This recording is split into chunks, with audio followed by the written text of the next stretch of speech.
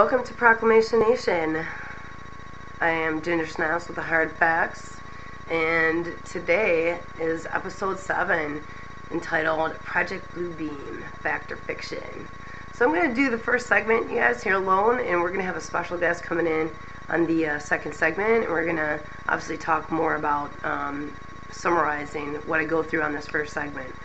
Basically, a lot of the information on Project Bluebeam, it's all been based off of this research that this French-Canadian journalist, Serge Manis, reported, and it was all based on these findings regarding some sort of secret NASA project that, theoretically would deceive the world with a technology unknowns to us and leave us basically in a state of chaos and fear, and that project was called Project Bluebeam.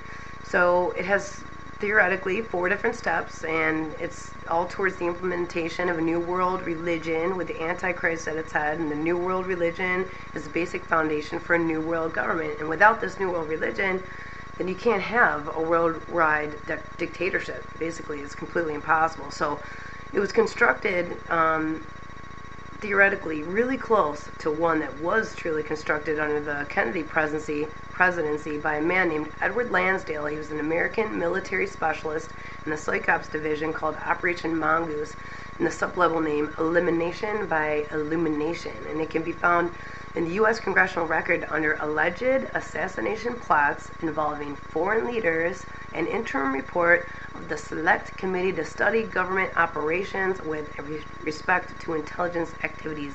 So the program was to basically destabilize and ultimately bring down Castro's communist Cuba. What was the plan? Well, it involved American submarine servicing from under the Havana harbor, projecting a screen image of Jesus Christ on the other side of the clouds, and at the same time a voice would be projected throughout the area imploring the Cubans to turn against the godless nation of communist Cuba. So why am I saying all this? That was way back then, and look at now, okay? This, theoretically, Project Bluebeam, it's a plan to project a staged alien invasion over all the major cities of the earth, okay, forcing the world to give control to an already formed one world government for safety, okay? But it's not until it projects these holographic images of certain regions where, whether it's God or Allah or Buddha, Jesus Christ, it's that holographic image that then speaks telepathically to the people, saying to them that, there were differences in their religions that they once believed, and this is the real God, and this is what you need to believe, and it's going to make these people believe a certain one world religion. It's all going to be done around that same time, supposedly, to make these people's minds believe that there's a one world religion. If you remember, we covered some of this technology under the mind control episode, because the HARP, H-A-R-P, that's what it does. It heats up the ionosphere, that sodium layer in the ionosphere. It creates basically the screen for a holographic image. And so theoretically, whether that's true or not, let's look at the technology and see what is out there and what could be made available.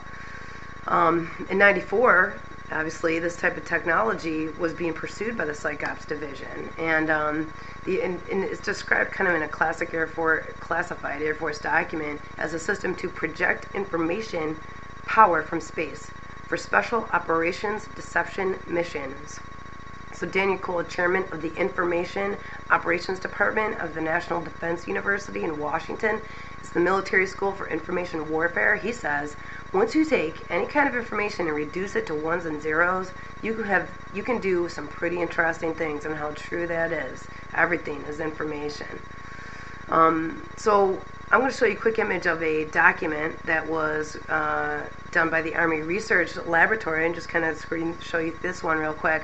But basically, according to this document, they created an innovative way to generate a realistic 3D holographic display using that strontium barium niobate, which is discussed. So obviously they know what chemicals and what things need to be induced, to make this real. But the resultant image is a hologram that can be viewed in real time over a wide field of view. So it's free from any type of aberrations. It has uniform high quality over the entire field of view. And it gives an obviously the real description of how it necessarily works, but they can actually store these images on crystals using some type of wavelength multiplexing. You look at the document. You want to look at it more? Obviously, feel free, but the technology is there. What other things are out there? I mean, we've got things like We got the neurophone, okay? It was invented by Dr. Patrick Flanagan in 1958. It was filed with the U.S. patent in July 16, 1968. Describes that it's a device that converts sound to electrical impulses, so it's allowing information to be transmitted into the brain by means of radio waves directed to any part of the body or skin. In other words, it has recorded live messages, noise, music. It can be directed at an individual and through the nerves, and the signal can be carried involuntarily to the brain, bypassing the inner ear, the cochlea, and the eighth cranial nerve. So practically, the neurophone can be used to communicate with the deaf, but more often, it's used to terrorize political military targets, or maybe us nowadays. And it tracks these individuals, these tracked individuals. They hear these types of recorded live threats, propaganda, and in those that hear them, it basically harasses them. It discredits the targets, especially if the problem is communicated to those unaware of these type of relevant technologies. So first, obviously, again, got to be aware that it's out there. Because then it was updated in 72 by the same guy, which again, it's a neurophone. The neurophone incorporates an electronic circuit duplicating the encoding of the cochlea and the eighth cranial nerve. The NSA placed a secrecy order on this development for over 5 years because of the military applications of the technology. It advances the development of the time recognition processor and improves memory applications and the advances in satellite incorporated neurophone technologies. Again, let's be aware of what's out there. I mean, you want to go to the U.S. Patent Office, that's a really nice place to go and kind of see what is out there. Again, we've got the psychoacoustic projector. It was developed in February 23rd, 1971. It was filed with the U.S. Patent Agency in office. It describes a high directional beam radiated from a number of transducers and modulated by a speech coder noise beat signal. It may take the form of a radiator mounted on a vehicle, aircraft, or satellite. It's to produce oral psychological disturbances and partial deafness. We already know that these are being used. I mean, crowd control people. Take a look and see what kind of pictures those are. Then we've got things to alter our consciousness. We have ones that it's already been filed, like the silent subliminal spectrum system. We talked about that under my control under that episode. Gives you an actual picture of this being used. Dr. Oliver Lowery shows his interest in what happened when he developed it and what he tried to do after he found out what they were going to use it for. But it was filed in October 27th of 92. It's a communication system which non-oral carriers in the very low or high audio frequency range and ultrasonic frequency spectrum are amplified or frequency modulated with the desired intelligence and propagated acoustically or vibrationally for inducement directly into the brain.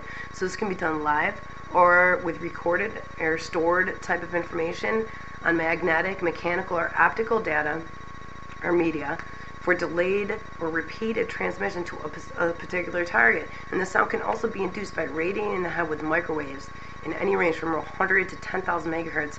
And it consists in some type of frequency modulated burst. So basically, this type of invention, it can instruct or pass messages in theory, and in reality it's used to, again, torment political or military targets, possibly even us. I mean, again, this is all technology that's available to us, so let's more or less use our heads again to be made aware of if all these things started way back when. But if I give you an example of something that's been developed since the 1970s, this stuff has been developed since then.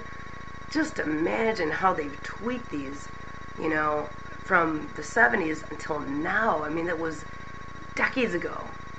And why wouldn't that make sense? I mean, whether the Project Bluebeam's a theory or not, is it possible? Do they have the technology to stage some sort of alien invasion to make people think that, oh my God, it's like the end of the world and all these crazy spacemen are going to start, it's a complete threat and we must give the New World Order control. And then, oh my God, there's Jesus Christ in the sky. How come I'm not being raptured? Think about all the Christians, all the people that, are going to be freaking out thinking oh my God, I believed this or that. Is the Bible true? Is this true? Was Muhammad right? Was Allah right?